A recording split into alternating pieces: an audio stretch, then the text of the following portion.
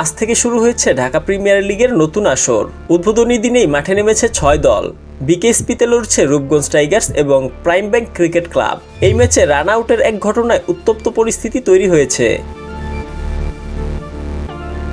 টসে হেরে শুরুতে ব্যাট করতে নেমে রূপগঞ্জ 216 রানের সাদামাটা সংগ্রহ দাঁড় করায়। টার্গেট তাড়া করতে নেমে শুরু থেকেই চাপে পড়েছেন প্রাইম ব্যাংক। স্কোরবোর্ডে 16 রান তুলতেই হারিয়ে বসে 3 উইকেট। এরপর শাহাদাত হোসেন দীপুর সঙ্গে ক্রিজে ছিলেন ইরফান শুক্কুর। তবে 23 রান থাকাকালীন রান আউটের ফাঁদে পড়েন প্রাইম ব্যাংকের এই অধিনায়ক। এমন আউট মেনে নিতে পারছিলেন না শুক্কুর। বেশ কিছুক্ষণ ক্রিজে দাঁড়িয়েছিলেন।